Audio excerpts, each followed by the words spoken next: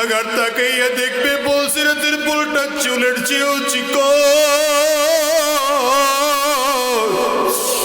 আর হীরার চেয়েও ধার।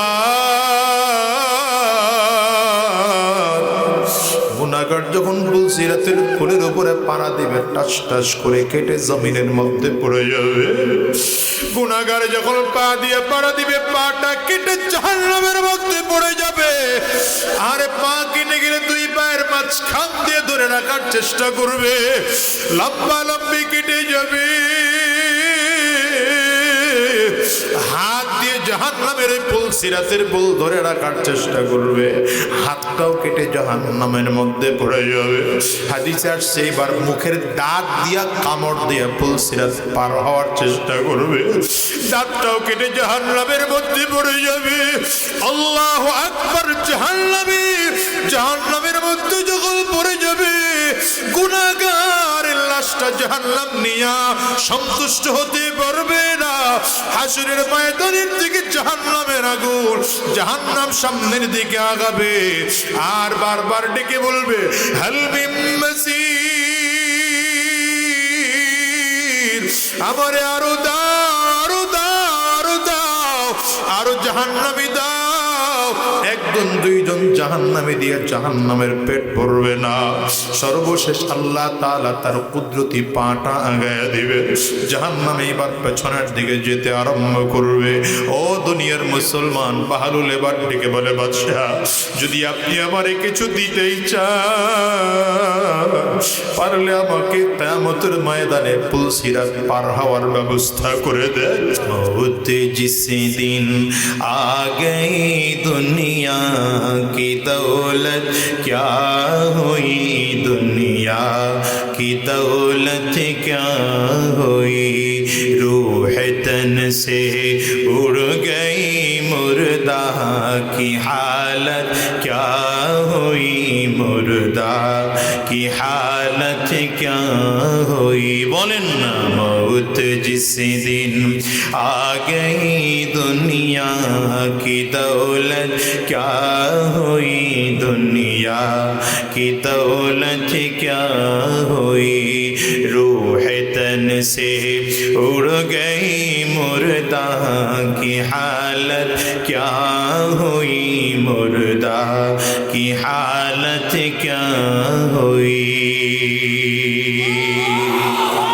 कैसे कैसे बादशाह रानिया शाह ज़ादिया,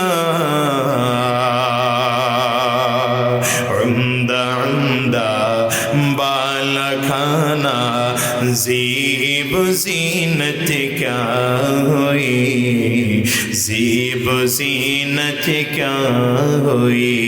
मौत जिस दिन आ गई दुनिया की दौलत क्या हुई, दुनिया की दौलत क्या हुई, रूह तन से उड़ गई मुर्दा की हालत क्या हुई, मुर्दा की हालत क्या हुई। এ বাবা, জমিন থেকে বিদায় নেওয়ার সাথে সাথে তোমার পরিচয়, এখন তুমি লাশ।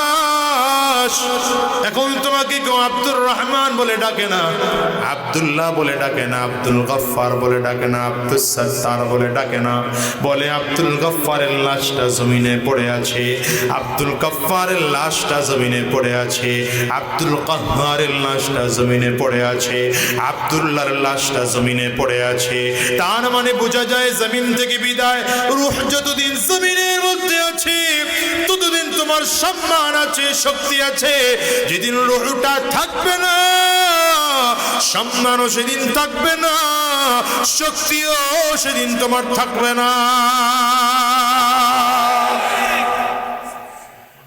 বলরামপুর মদিনাতুল উলুম কওমি মাদ্রাসার উদ্যোগে আয়োজিত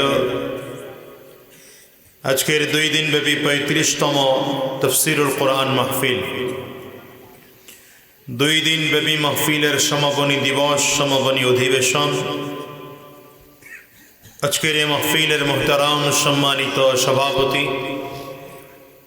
মঞ্চে উপস্থিত জাতির রাহবার, জাতির সরদার, সেরতাজ হযরত উলামায়ে কেরাম,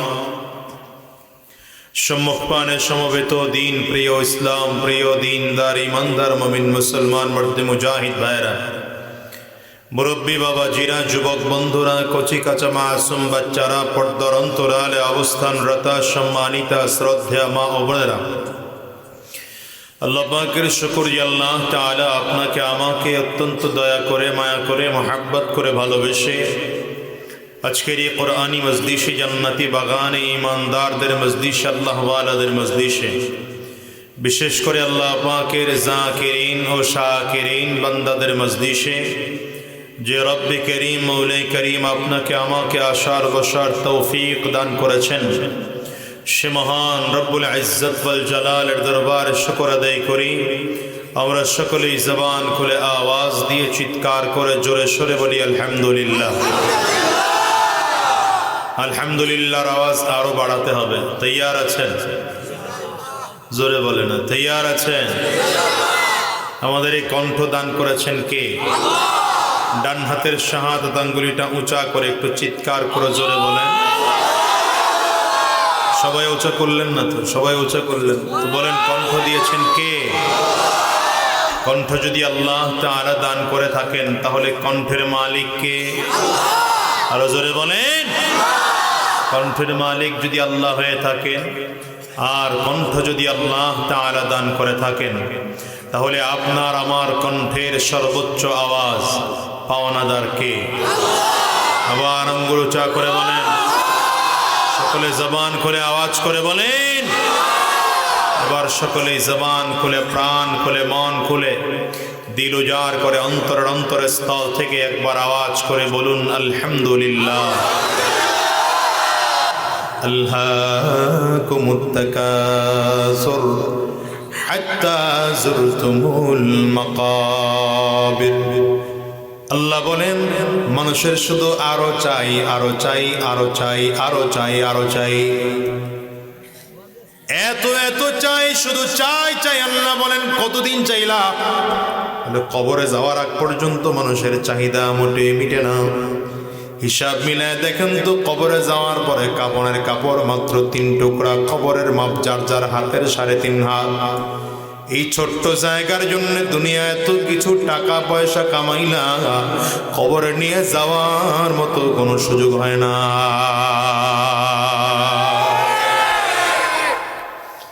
এত টাকা কামাই করার পরে যদি দুনিয়ায় থাকতে পারতা তাইলেও তো ভালো ছিল বাবা। এই দুনিয়ায় থাকার জন্য ফিরআউন, নমরুদ, কারুন, সাদ্দাদ, হামান, আবু জাহাল, আবু লাহাব, উতবা সাহেবা কেউ তো দুনিয়ায় কম কষ্ট করে নাই, অনেক বেশি চেষ্টা করেছে, থাকতে পারলো? বলেন না, থাকতে পেরেছে? এই অল্প কিছুদিন আগে জমিন থেকে বিদায় হয়ে গেল আমেরিকার মাইকেল জ্যাকসন। পপ সিঙ্গার ছিল, যুবকরা তাদেরকে খুব ভালো করেই চিনে। অনেক বড় নাম করা গায়ক ছিল, টাকা পয়সারও কোনো অভাব তার ছিল না। তার মনের একটা স্বপ্ন ছিল, আমি 150 বছর দুনিয়াতে বেঁচে থাকতে চাই। মানুষ কেন বুড়া হয় সেটা রিসার্চ করার চেষ্টা করেছে। যেই যেই খাবার খাইলে মানুষের শক্তি নষ্ট হয় এমন খাবার সে খাইতো না। এমনকি কারো সাথে মুসাফা করতে গেলে খালি হাতে মুসাফা করতো না, কারণ খালি হাতে যদি মুসাফা করি তাইলে কারো জীবাণু আমার শরীরে এসে যেতে পারে। এই জন্য হাতের মধ্যে আলাদা গ্লোভস পরে, হ্যান্ড গ্লোভস পরে এরপরে দেখা সাক্ষাৎ করতো, মুসাফা করতো, মানে তাদের বাসায় হ্যান্ডশেক করতো। সব সময়ের জন্য ডাক্তার তার সাথে বেতন দিয়ে রাখতো, যে কোনো খাবার খাওয়ার আগে পরীক্ষা নিরীক্ষা করে। ডাক্তার যদি বলতো খাবার খাওয়া যায় তাইলে সে খাবার খাইতো। চুল কাটার আগে আগে পরীক্ষা নিরীক্ষা করতো চুল কাটানো যাবে কিনা। নখ কাটার আগে পরীক্ষা নিরীক্ষা করতো কোন মেশিন দিয়ে নখ কাটাবো। এমন করে করে বিশাল আয়োজন ব্যবস্থাপনা করেছে, কিন্তু মাত্র 50 বছর বয়সেই জমিন থেকে বিদায়। আল্লাহ বুঝাইলেন, দুনিয়ার মানুষ দুনিয়াতে কতদিন বেঁচে থাকবে এটা হায়াত কন্ট্রোল করার মালিক তুমি নয়, হায়াত কন্ট্রোল করি আমি আল্লাহ। বলেন কে? আঙ্গুল উঁচা করে চিল্লা বলো, হায়াত কন্ট্রোল করেন কে? হায়াত কন্ট্রোল করতে পারি না। এই জন্য তো পয়গম্বর সুলাইমান আলাইহিস সালাতু ওয়াস সালাম আজরাইল তার সামনে এসে হাজির হয়ে গেলেন। পয়গম্বর, এখনই আপনার জান কবজ করার জন্য আল্লাহ আমাকে নির্দেশ দিয়েছেন। পয়গম্বর সুলাইমান আলাইহিস সালাতু ওয়াস সালাম বলেন, আমি মরব, তাতে কোনো অসুবিধা নাই, জান কবজ করে নিলেও আমার কোনো বাধা নাই। কিন্তু আল্লাহ তাআলা আমাকে একটা দায়িত্ব দিয়েছেন বাইতুল মাকদিস নির্মাণ করার জন্য। এই মসজিদ পুরোটা নির্মাণ না করে যদি জমিন থেকে বিদায় হয়ে যায়, নিজের কাছে খারাপ লাগবে, অন্তত এতটুকু সময় আমার দাও। আজরাইল বলেন, পয়গম্বর, এতটুকু সময় আল্লাহ তাআলার কাছ থেকে নেওয়ার মতো অধিকার দুনিয়ার কারো নাই। তবে আল্লাহর কাছে একটু আলাপ করা যায়। আপনারে আল্লাহ যেহেতু দায়িত্ব দিয়েছেন বাইতুল মাকদিস নির্মাণ করার জন্য, আপনি মরলে কেমনে বাইতুল মাকদিস নির্মাণ হবে? পয়গম্বর সুলাইমান আলাইহিস সালাতু ওয়াস সালাম বলেন, আল্লাহ, জিন জাতি বড় দুষ্ট জাতি, এরা দুনিয়ার কারো কথা শোনে না। আমি পয়গম্বর সুলাইমানকে আপনি মুআজিজা দিয়েছেন, এজন্য তারা আমার কথা শুনে। আল্লাহ তাআলা পয়গম্বর সুলাইমান আলাইহিস সালামকে কিছু স্পেশাল মুআজিজা দিয়েছিলেন। জিনদের দিকে যখন তিনি তাকাইতেন, মাথার চুলগুলো কাটার মতো সোজা হয়ে যেত, দাড়িগুলো কাটার মতো সোজা হয়ে যেত, চেহারাটা লাল হয়ে যেত, চক্ষু দুইটা আগুনের ফুলকির মতো হয়ে যেত। এই অবস্থা দেখলে জিন জাতি দুষ্টমি করতো না, অটোমেটিক সোজা হয়ে যেত। পয়গম্বর সুলাইমান আলাইহিস সালাম ডেকে বলেন, আল্লাহ, আমি যদি জমিন থেকে বিদায় হয়ে যাই, জিন জাতি কারো কথা শুনবে না, মসজিদ নির্মাণ কমপ্লিট হবে না। আল্লাহ জিবরিল রে জানায়া দিলেন, আমার সুলাইমানের কাছে গিয়া বলো, ইযা জাআ আজালুহুম লা ইস্তাখিরুনা সাআতান ওয়া লা ইস্তাকদিমুন।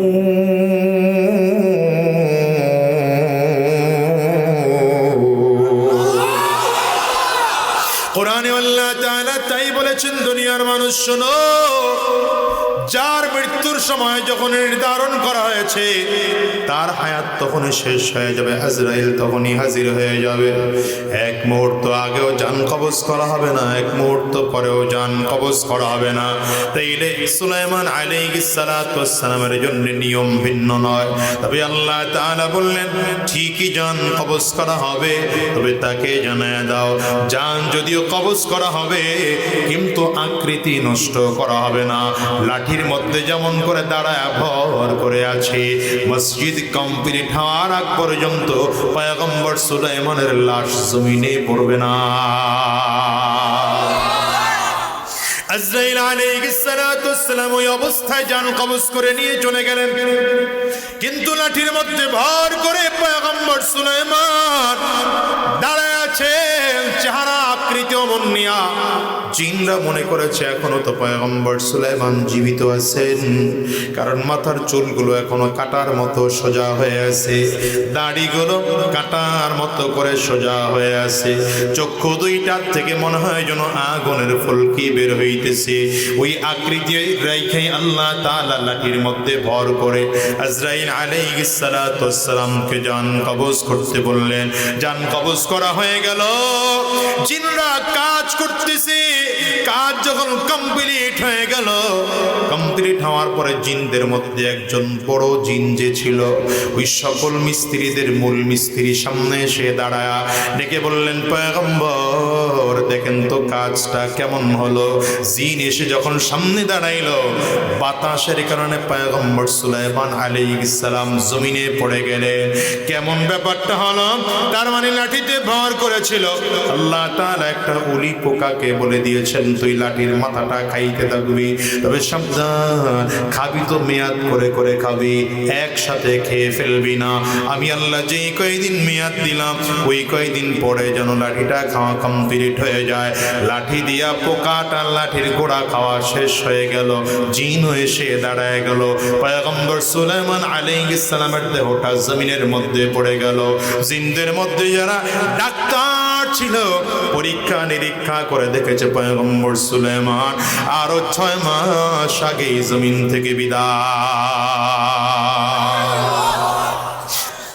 এই দুনিয়ার জন্য কত পাগল বাবা, এই দুনিয়ার জন্য পাগল হয়ে গেল। বলো তো, এই দুনিয়ায় ফিরআউন থাকতে পারে নাই, নমরুদ থাকতে পারে নাই, কারুন থাকতে পারে নাই, সাদ্দাত থাকতে পারে নাই, হামান থাকতে পারে নাই, আবু জাহাল, আবু লাহাব, এরাও জমিন থেকে বিদায় হয়ে গেল।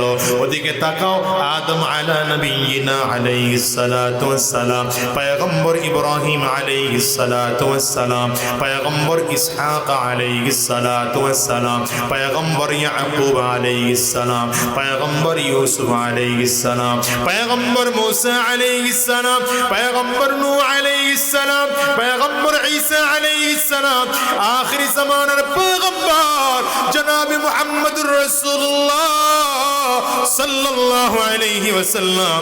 এই ভালো মানুষ বলো আর খারাপ মানুষ বলো, এরা কেউ জমিনে আছে আর সব জমিন থেকে বিদায়। কেউ থাকতে পারে না এই দুনিয়ায়। কি কথা বল, এই দুনিয়াটা থাকার জায়গা না। এই দুনিয়ারে যত আপন মনে করো, দুনিয়াটা আপন না। আপন ঘর ওই কবর, ঠিক কিনা চিল্লায় জোরে বলো। এই যে নয় তোরা আসল বাড়ি, কবর যে তোরা আসল ঠিকানা। বলে এই যে নয় তোরা আসল বাড়ি, কবর যে তোরা, হয় না আওয়াজ আরো জোরে। এই যে নয় তোরা আসল বাড়ি, কবর যে তোরা আসল ঠিকানা। ও তো এই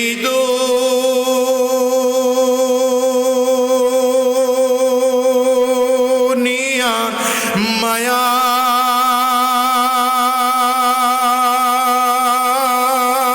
পড়ে করছো কত বাহানা।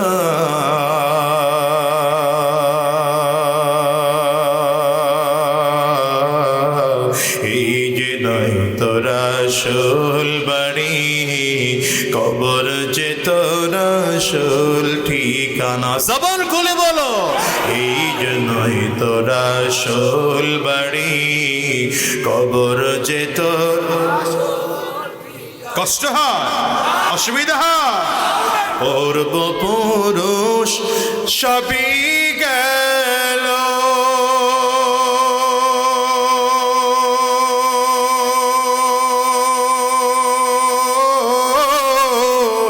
একে একে সব হারালো। বাবা গেল, দাদা গেল,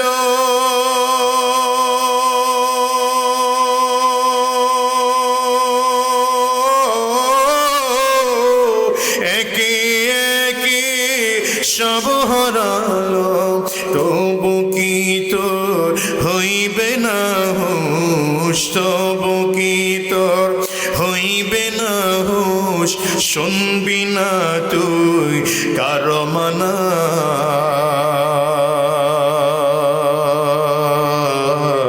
এই যে নয় তোরা আসল বাড়ি, কবর যে তোরা আসল ঠিকানা। বলো, এই যে নয় তোরা আসল বাড়ি, কবর যে তোর আসল ঠিকানা। ঠিক কিনা আজ করে বলো। এই দুনিয়া আসল বাড়ি নয়, আসল বাড়ি ওই কবর। ঠিক কিনা আজ করে বলো। এই দুনিয়ায় গাড়ি করো, বাড়ি করো, টাকা করো, পয়সা করো, ধন সম্পদ ইজ্জত যত কিছুই করো, মাত্র 3টা টুকরা কাপড় পরে, মাত্র 3টা টুকরা কাপড় পরিধান করে 3.5 হাত কবরে যাওয়া সবার লাগবে। কেউ বাঁচতে পারবো না, চিল্লায় বলো ঠিক কিনা। ধনীর জন্যও 3 টুকরা কাপড়, গরিবের জন্যও 3 টুকরা কাপড়, টাকাওয়ালার জন্যও 3 টুকরা টুকরা কাপড়, একদম ভিক্ষুক যারা তাদের জন্য 3 টুকরা কাপড়, ক্ষমতাওয়ালা যারা তাদের জন্য 3 টুকরা কাপড় বাবা, আবার যাদের মোটেও ক্ষমতা নাই তাদের জন্য 3 টুকরা কাপড়। এই জন্য সাবধান, দুনিয়ার পেছনে দৌড়াইয়া লাভ নাই। পাগল যদি হইতে হয় দুনিয়ার পাগল হইও না, টাকার পাগল হইও না, সম্পদের পাগল হইও না, ক্ষমতার পাগল হইও না। পাগল যদি হইতে হয় আল্লাহর মুহাব্বত কলিজার মধ্যে ঢুকা দাও। দুনিয়াতেও বাদশা, মরণের পরেও বাদশা, চিল্লা কাও ঠিক কিনা? এই জন্যই মোর কলিজার মধ্যে মুহাব্বত ঢুকাবো কার? আর জোরে মালিকের নামটা ডাক দিয়া বলো কার?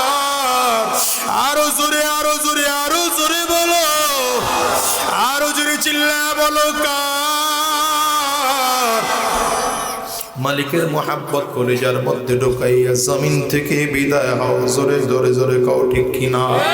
বাড়ি করো, গাড়ি করো, টাকা করো, পয়সা করো, ধন সম্পদ চাই কিছু করো, শুধু সব সময় কলিজা আমার মালিকের ভয় রাখো, মালিকের মোহাব্বত কলিজায় ঢুকায় রাখো। এই জন্য দেখো না দুনিয়া এমন কিছু মানুষ আছে দুনিয়ার যত কাজ করে সব সময় আমার মালিকের নাম জবানের মধ্যে রাখে, মালিকের নামটা ভুলে না। আছে না নাই? জোরে বলে। ওই রিক্সাওয়ালা ভাইয়ের দিকে তাকাও, রিক্সাওয়ালা ভাই পা দিয়া রিক্সার পেডেল নাড়ায় কিন্তু জবানে আমার মালিকের নামের জিকির চালু রাখে। ওই যে তাকায় দেখো ভ্যান গাড়িওয়ালা, সেই মানুষটাও যদিও ভ্যান গাড়ি চালায় জবানে আমার মালিকের নামের জিকির চালু রাখে। জমিনে এমন সিএনজিওয়ালা আছে যারা পা দিয়া হাত দিয়ে বিভিন্ন কাজ করে কিন্তু জবানে আমার মালিকের নামের জিকির চালু রাখে। এই জন্য আমি আমার ভাইদেরকে বলবো যারা ব্যবসা করো, ব্যবসায়ী ভাই, হাত দিয়ে হাতের কাজ করতে থাকবা, পা দিয়ে পায়ের কাজ করতে থাকবা, জবানে আমার মালিকের নামের জিকির চালু রাখো।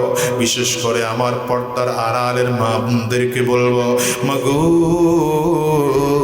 রান্না যখন করতে যাইবা, দুনিয়ার সংসারের কাজ যখন করবা, জবানে আমার মালিকের নামের জিকির ভইল না। আমার দেশের মা বোনরা খানা রান্না করার সময় কোনোদিন ওযু সহকারে খানা রান্না করে নাই। আজকের এই মাইকের আওয়াজ যে মা আর কানের বোনের কানে চলে যায়, আমি ওই মাদেরকে বলবো, আমার ওই বোনকে বলবো, মাগো আগামীকাল থেকে যখন খানা রান্না করবা তুমি আগে ওযু করে পবিত্র হয়ে নিবা, এরপরে একটা পবিত্র কাপড় পরিধান করে তরকারি যখন বটির মধ্যে নিয়ে কুটতেছো জবানে আমার মালিকের নামের জিকির চালু রাখো। তরকারিগুলা আস্তে আস্তে করে কড়াইয়ের মধ্যে দিয়ে চামচ দিয়ে নাড়তেছো, জবানে আমার মালিকের নামের জিকির চালু রাখো। শুধু তাই নয় মা, খানাগুলো যখন স্বামীকে বেড়ে বেড়ে দিতেছো, খানাগুলো তুমি আস্তে আস্তে সন্তানরে দাও, খানা খাওয়াও, মালিকের নাম জবানে জিকির চালু রাখো। এমন করে করে যদি তুমি খানা পাকাইতে পারো 24টা ঘন্টা, তোমার জবানে যদি আমার মালিকের নামের জিকির চালু থাকে, আমি তোমাদেরকে বলে যাই তোমার খানা খাইয়ে তোমার স্বামী তোমার সন্তান যুগের বলি হওয়ার সম্ভাবনা আছে। জোরে কও ঠিক কিনা? হাতে হাতের কাজ করতে থাকুক, পায়ে পায়ের কাজ করতে থাকুক, জবানে আমার মালিকের নামের জিকির চালু রাখো। ঠিক না? ঠিক না? ঠিক না? হাতে করবে হাতের কাম, বলো হাতে করবে হাতের কাম, পায়ে করবে পায়ের কাম, হাতে করবে হাতের কাম, পায়ে করবে পায়ের কাম। জবান তুমি চালু রাখো, জবান তুমি চালু রাখো, আমার মালিক আল্লাহর নাম লা ইলাহা ইল্লাল্লাহ, লা ইলাহা ইল্লাল্লাহ, লা ইলাহা ইল্লাল্লাহ, লা ইলাহা ইল্লাল্লাহ। জোরে লা ইলাহা ইল্লাল্লাহ, লা ইলাহা ইল্লাল্লাহ, লা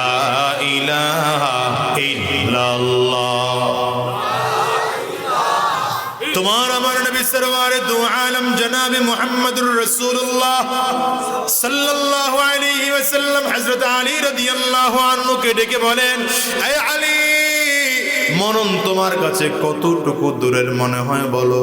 হযরত আলী রাদিয়াল্লাহু আনহু বলেন, পয়গম্বর, এক ওয়াক্তের নামাজ শেষ করলাম আর এক ওয়াক্তের নামাজ পড়ব, মাঝখানে যেই সময়টুকু আছে আমার কাছে মনে হয় এই সময়টুকু বুঝি আমার হায়াত আছে। এই মিয়া, দুই ওয়াক্ত নামাজের মাঝখানে খুব কম সময় কোনটা? আসর থেকে মাগরিব পর্যন্ত। শীতের দিনে এখন সময় অনেক কম, এই আসর থেকে মাগরিব পর্যন্ত যদি ধরা হয় অল্প সময়, 1 ঘন্টা 1.5 ঘন্টা সময়। হযরত আলী রাদিয়াল্লাহু আনহু বলেন, আমার কাছে মনে হয় এক ওয়াক্ত নামাজ শেষ করেছি আর এক ওয়াক্তের নামাজ পড়তে পারবো কিনা গ্যারান্টি নাই।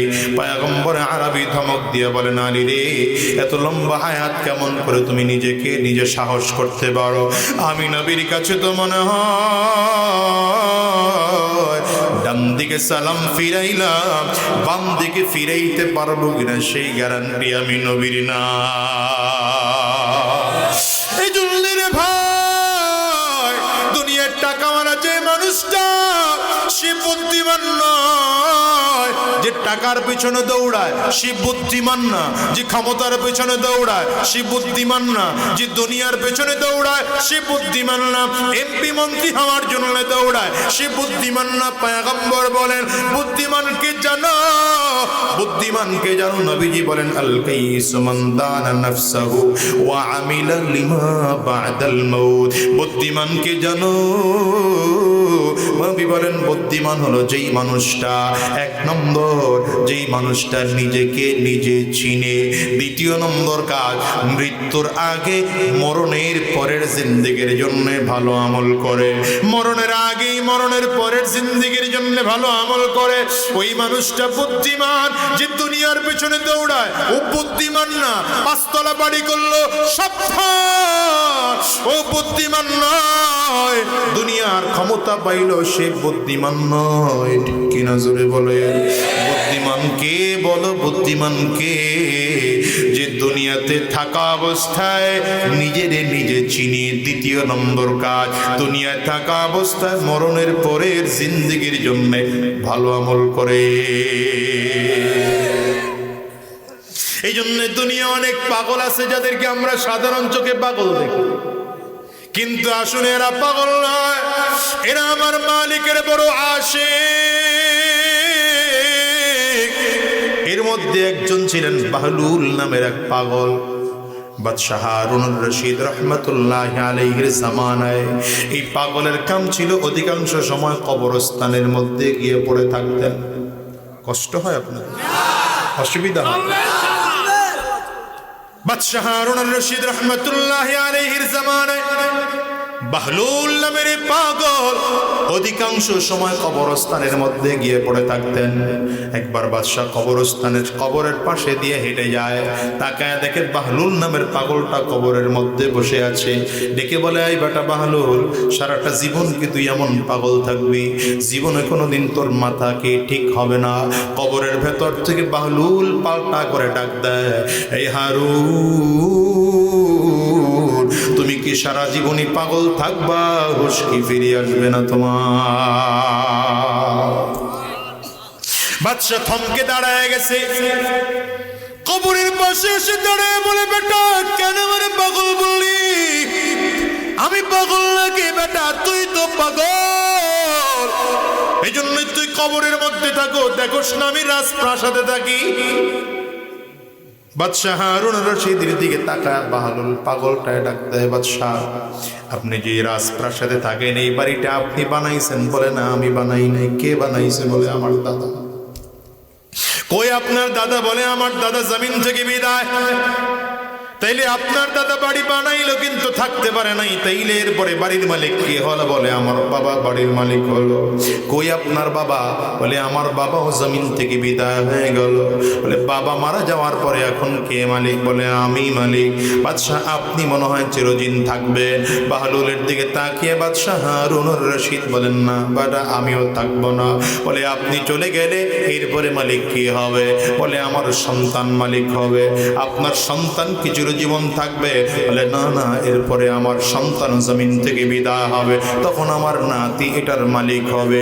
এরপরে নাতিও একদিন চলে যাবে, এরপরে তার সন্তান এসে মালিক হবে। বলে বাদশাহ আপনার দাদা কই গেল? কবরে। আপনার বাবা কই গেল? বলে কবরে। আপনি কই যাবেন? কবরে। আপনার সন্তান কই যাবে? কবরে। আপনার নাতি কই যাবে? কবরে। বাহলুল ডেকে বলে বাদশাহ আপনি যে বাড়িটার মধ্যে থাকি ওই বাড়িটা স্থায়ী নয়, আজ আসি আগামীকালকে থাকবো এমন কোনো গ্যারান্টি নাই। আমি যে কবরের মধ্যে আছি এখানে আপনিও মারা যাওয়ার পরে এখানে আসবেন, এটাই হলো স্থায়ী ঘর। এই জন্য আমি আগে আগেই আমার স্থায়ী ঘরের মধ্যে এসে বসে আছি, তাইলে আপনি অস্থায়ী ঘরের মধ্যে আছে। এখন বলেন বাদশাহ আমি পাগল না আপনি পাগল? বাদশার ভেতরে হৃদয় জাগ্রত হয়েছে, চোখ দিয়ে পানি বের হইতে আরম্ভ করেছে। কবর থেকে টান দিয়ে বালুরে উঠাইয়া বুকের সাথে লাগায়া চোখের পানি ফেলে ফেলে কান্না শুরু করেছে। আর বলে তুই তো পাগল না?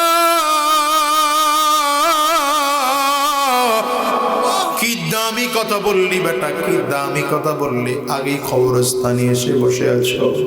এই বাহালুর তোমার এই নসিহতটা আমার খুব পছন্দ হয়েছে, আমারে আরো কিছু নসিহত করো না, আমারে আরো কিছু নসিহত করো না। তো বাহালুর বাদশার সামনে দাঁড়ায় বলে বাদশাহ আমার কাছ থেকে আপনি কি নসিহত গ্রহণ করবেন?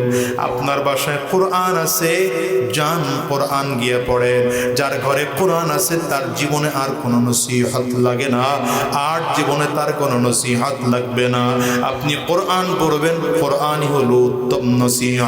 বাদশাহ মিসকে হাসি দিয়া বলে বেটা তুই আমার বিবেক খুলে দিলি, অন্তর্দৃষ্টি খুলে দিলি, তুই এত দামি কথা বলেছো, তুই তো পাগল না।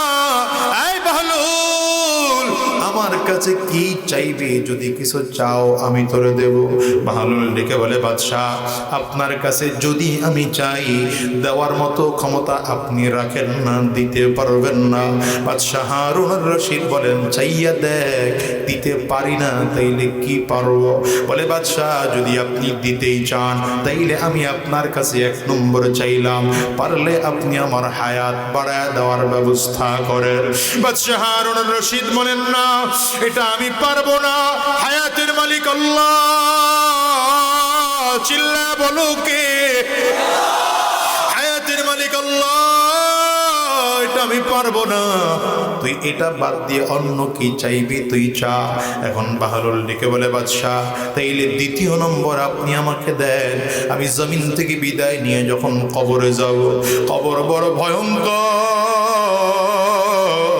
কবরের সামনে গুনাহগার যখন কবরের মধ্যে গুনাহগারের লাশ রাখা হবে, ওই কবর বড় ভয়ঙ্কর হয়ে যাবে। কবরের মধ্যে বড় বড় সাপ, বড় বড় বিচ্ছু চলে আসবে, কবরের মাটি এত জোরে চাপ মারবে, এক পাজরের হাড্ডি আরেক পাজরে নিয়ে পৌঁছে দিবে। বাদশাহ আপনি যদি পারেন তাইলে আমার কবরটা জান্নাতের বাগান বানায় দেওয়ার ব্যবস্থা করেন। ও বাদশাহ যদি আপনি পারেন তাইলে কবরে যখন মুনকার নাকির এসে আমারে প্রশ্ন করবে, সেই মুনকার নাকিরের প্রশ্নের জবাব দেওয়ার ব্যবস্থা করে দে। কারণ আমি বাহলুল আমার মনে বড় ভয়, আমি মুনকার নাকিরের প্রশ্নের জবাব দিতে পারবো না। মুনকার নাকির এসে যদি প্রশ্ন করে মার রব্বুকা, আমি কেমনে জবাব দেব আমার রব আল্লাহ? আমার বড় ভয় হয়। আমার কাছে এসে যদি প্রশ্ন করে ওয়ামা দীনুকা, আমি যদি জবাব দিতে না পারি দীনি আল ইসলাম, তাহলে আমার জাহান্নাম ছাড়া আর উপায় হবে না। ও বাদশাহ, আর 3 নম্বর প্রশ্ন করবে মুনকার নাকির, ওয়ামান নবিয়ুকা, কে তোমার নবী? আমি যদি সেদিন জবাব দিতে না পারি, বাদলের চোখ দিয়ে পানিগুলো বের হয় আর ডেকে বলে, বাদশাহ যদি আপনি পারেন মুনকার নাকিরের প্রশ্নের জবাবের একটু ব্যবস্থা আপনি করে দেন। বাদশার চোখ দিয়ে আবার পানি বের হওয়া শুরু হয়েছে। এই পাগল, আমি পারবো না দুনিয়ার থেকে কাউরে, আমি দুনিয়ায় পারবো না তোর কবরের মুনকার নাকিরের প্রশ্নের জবাবের ব্যবস্থাও করে দিতে পারবো না। এখানে থেকে থেকে আমি আমার মালিকের কাছে কান্না করি আর বলি, মালিক ওই অন্ধকার কবরে মরণের পরে কেমনে থাকবো? এ দুনিয়ার বাজান, দুনিয়ায় কত বাড়ি, কত গাড়ি, কত টাকা, কত পয়সা, তুমি নিজেই জানো। সন্তানটা তোমার পাশের রুমে ঘুমায়, তোমার বিবি বাচ্চা সব ঘুমায়, কিন্তু হঠাৎ করে ঘরের বাতি বন্ধ হয়ে গেলে একা একা ভয় লাগে। কখনো কি খেয়াল করে দেখছো এত ঘরে ঘর ভর্তি মানুষ,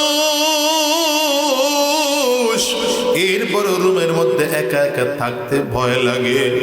কখনো কি চিন্তা করছো এই ভাটজারের নিচে বাগানের কিনারায়, আল্লাহ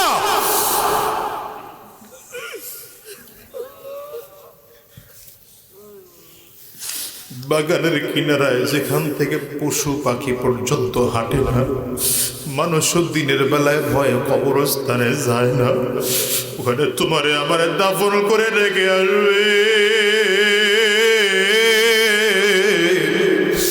কেউ খবর নিবে না, কেউ খবর নিবে না, কেউ খবর নিবে না।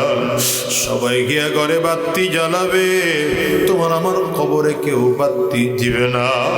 ও দুনিয়ার মুসলমান, কখনো কি হিসাব মিলাইছো তোমার আমার লাশটারে কেউ পাহারা দেওয়ার জন্য আসবে না? সাবধান, যে বিবির সাথে এত মজার আলাপ করেছো, এত জীবন ধ্বংস করেছো, যে বিবিরে এত এত আদর করছো, এত মহাব্বত করছো, সেই বিবিকে যদি বলা হয় স্বামীর লাশটা একটা রাত পাহারা দাও, না বিবি এক রাত স্বামীর লাশ পাহারা দেওয়ার সাহস পাবে না। স্বামীকে যদি বলা হয় বিবির লাশটা পাহারা দাও, বিবির সাহস নাই স্বামীর লাশটা একটা রাত বসে পাহারা দিবে, বরঞ্চ সন্তানদেরকে বলবে তোর বাবার লাশটা ঘর থেকে বের কর, ভয় লাগে। এ দুনিয়াদার যুবক, দুনিয়াদার বাবারা দুনিয়া নিয়ে পাগল। কোন দুনিয়া নিয়ে পাগল হয়ে গেলাম বলো? এই দুনিয়ার জন্য এত কিছু করলা, এগুলো কোনো কিছুই নিয়ে খবরে যাওয়া যাবে না, একা একা একা একা খবরে যাওয়া লাগবে। এই জন্য পয়গম্বর নিজেই বলেন, আল কাইয়িসু মান দানা নাফসাহু ওয়া আমিলা লিমা বাদাল মাউত। বুদ্ধিমান ওই মানুষটা যে নিজেকে নিজে চিনে আর মৃত্যুর পরের জিন্দেগির জন্য ভালো আমল করে। দুনিয়ার মুসলমান, গুনাহগারকে যখন কবরের মধ্যে রাখা হবে, গুনাহগার তাকাইয়া তাকাইয়া দেখবে কবরের মধ্যে লম্বা লম্বা সাপ, বড় বড় বিচ্ছু দেখা যায়, জাহান্নামের আগুন ধাউ ধাউ করতেছে। গুনাহগারের লাশটাকে যখন কবরের মধ্যে রাখা হবে, গুনাহগারের লাশটারে কবরে রাখার সাথে সাথে কবর বারবার ডাকে, এই গুনাহগার ভালো আমল নিয়ে আমার কাছে আয়। যদি ভালো আমল করে আসতে না পারো, আমি কবর কিন্তু মাটির ঘর, আমি একা একির ঘর, আমি অন্ধকার ঘর, আমার কাছে সাথী নাই, বাতি নাই, দুনিয়ার কোনো কিছুই নাই, আমি শুধু চিনি আমল।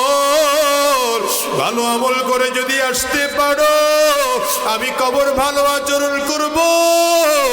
আর যদি ভালো আমল করে আসতে যদি না পারো, ওরে কপাল পরার দল, আমি কবরের মাটি, আমার ডানে মাটি বামে মাটি, সামনেও মাটি পেছনে মাটি, উপরেও মাটি নিচেও মাটি, আমি কবর দুই দিকের মাটিগুলো একত্রিত হইয়া এত জোরে চাপ মারবো,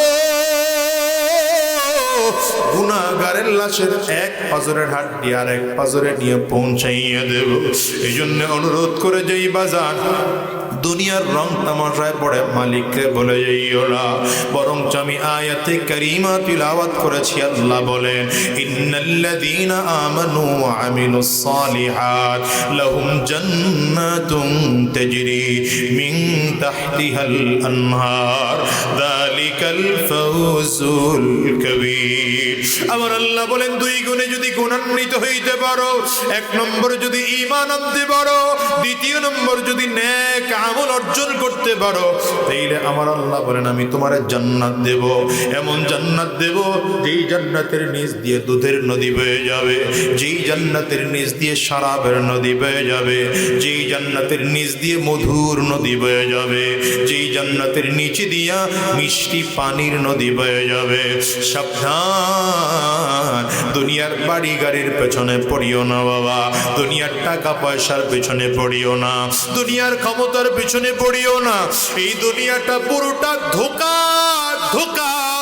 দুনিয়ার জন্য যত কিছু করো, এই দুনিয়া তোমার আমার পর করে দিবে।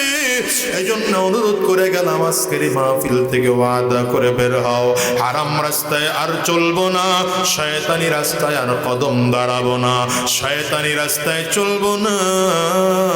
যতদিন আল্লাহর জমিনে থাকবো, আমার মালিকের গোলামি করব, আল্লাহর হুকুমের বাইরে, নবীজির সুন্নাহর বাইরে আর কদম নাড়াবো না। কারা কারা ওয়াদা করতে পারো বাজার? দুইটা হাত উঁচা করে আল্লাহকে দেখাও, আওয়াজ দিয়ে চিৎকার করে জোরে ডাক দাও আল্লাহ, আরো জোরে আল্লাহ, চিল্লায়া বলো না আল্লাহ। চোখের পানি ফেলে কান্না করো, ডানে আর বামে তাকাও, যদি পানি না আসে কান্নার বন্ধর, আর নিজের নিজের ধিক্কার মারো, আমার চোখে কেন পানি আসে না? গুনাহের কারণে বুঝি আমার চোখটা নষ্ট হয়ে গেল, আমার চোখ দিয়ে পানিও বের হয় না। মালিকের চিল্লাইয়া জোরে কান্না করে ডাক দাও না আল্লাহ।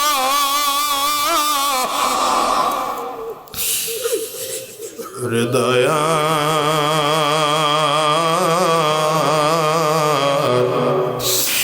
মৌলা রে,